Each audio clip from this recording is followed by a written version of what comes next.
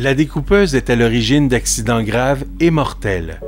Selon la CNESST, près de la moitié de ceux-ci sont causés par le rebond de l'outil suite à un coincement du disque ou de la meule, et plus du quart par une intoxication au monoxyde de carbone.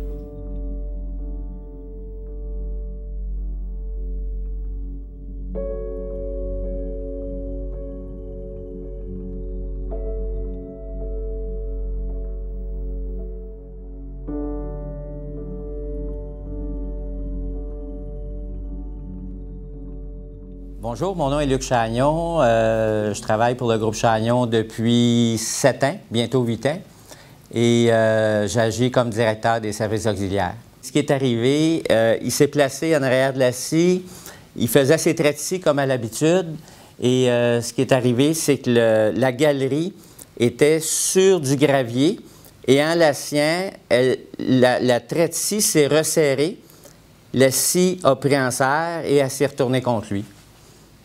Et ça a pris, on me disait, un quart de seconde pour tourner, puis un autre quart de seconde, ça s'est fait très vite, là, pour lui trancher là, au niveau de la clavicule en descendant, là, en biais. Ce qui fait que le médecin disait qu'il n'a à peu près rien senti, là, il est décédé sur le coup. Cet accident-là m'a affecté parce que finalement, c'était le premier de la famille qui partait. Puis... c'est difficile. C'est difficile de perdre quelqu'un qui est très près de nous. C'est difficile de vivre ça. Puis quand on voit au bulletin de nouvelles les gens qui décèdent pour toutes sortes d'accidents, tout ça, ça ne nous touche pas. Mais quand on sort du bulletin de nouvelles et que c'est notre famille immédiate, c'est difficile.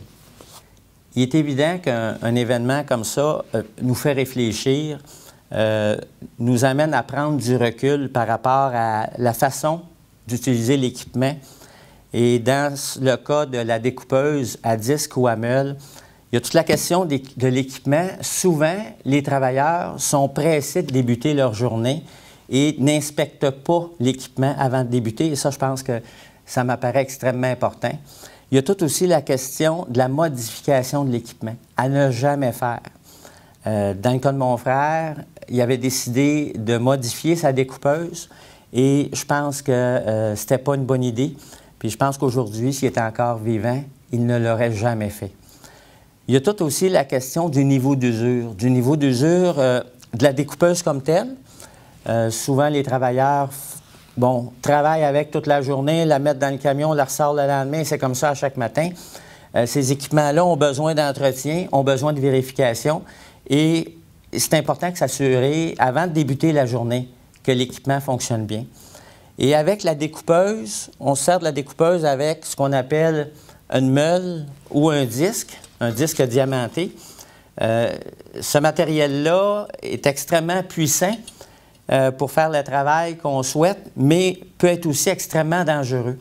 À partir du moment où la lame perd de son épaisseur, perd de son efficacité, si le travailleur n'est pas attentif à son utilisation, des dents peuvent être coupées et à ce moment-là, ça vient mettre la vie du travailleur et de son entourage en danger.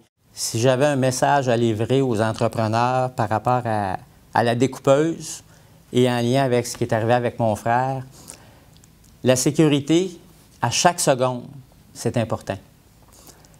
Le coût pour inspecter un équipement, c'est peu par rapport à une vie.